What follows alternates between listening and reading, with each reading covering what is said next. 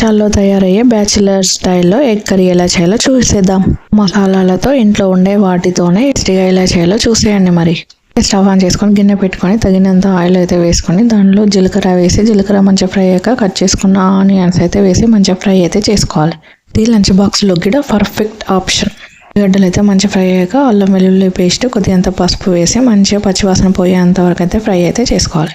అన్నం చపాతీ పుల్కా దేనిలోకైనా super combination. మిగిలిన cut చేసుకున్న ఆనియన్స్ను కూడా ఇందులో వేసుకొని ఉప్పు అయితే వేసుకుంటే తొందరగా మగ్గిపోతుంది. ఇక మంచిగా అయితే ఒకసారి అయితే కలిపేసుకోవాలి. ఇక వంట రాని వాళ్ళు కూడా చాలా ఈజీగా చేసేయచ్చు ఈ కర్రీ, అంత సింపుల్గా. ఇక కట్ చేసుకున్న టమాటాలను అయితే వేసి మంచిగా కలిపేసుకొని మగ్గించుకోవాలి 10 నిమిషాలు అయితే. మీకు ఎంతో ఇష్టమైన ఎగ్ టమాటో కర్రీ ఇలా సింపుల్గా చేసేయండి. మరి మీరు 10 నిమిషాల తర్వాత అయితే తీసి అయితే ఒకసారి కలిపి ఇందులోనే తగినంత కారము ధనియాల పొడి అయితే వేసి మంచిగా కలిపేసుకోవాలి. ఇక కలుపుకున్నాక ఆయిల్ కొద్దిగా పైకి తేలాక ఇందులోనైతే 2 గుడ్లను అయితే వేసుకోవాలి. ఇంకా వాళ్ళు ఎక్కువగా యూజ్ చేయకుండా చాలా సింపుల్గా చేసేసుకోవచ్చు. ఇక 2 నిమిషాల తర్వాత ఎగ్గును అయితే అటు ఇటు అయితే కలిపేసుకోవాలి. ఒక 2 నిమిషాలు అయితే మూత పెట్టేసి తర్వాత గరం మసాలాను అయితే వేసుకొని మంచిగా కలిపేసుకొని స్టవ్ అయితే ఆఫ్ చేసుకోవాలి. అదే ఎంత సింపుల్లో మీరు కూడా ట్రై చేసి కామెంట్ అయితే చేసేయండి.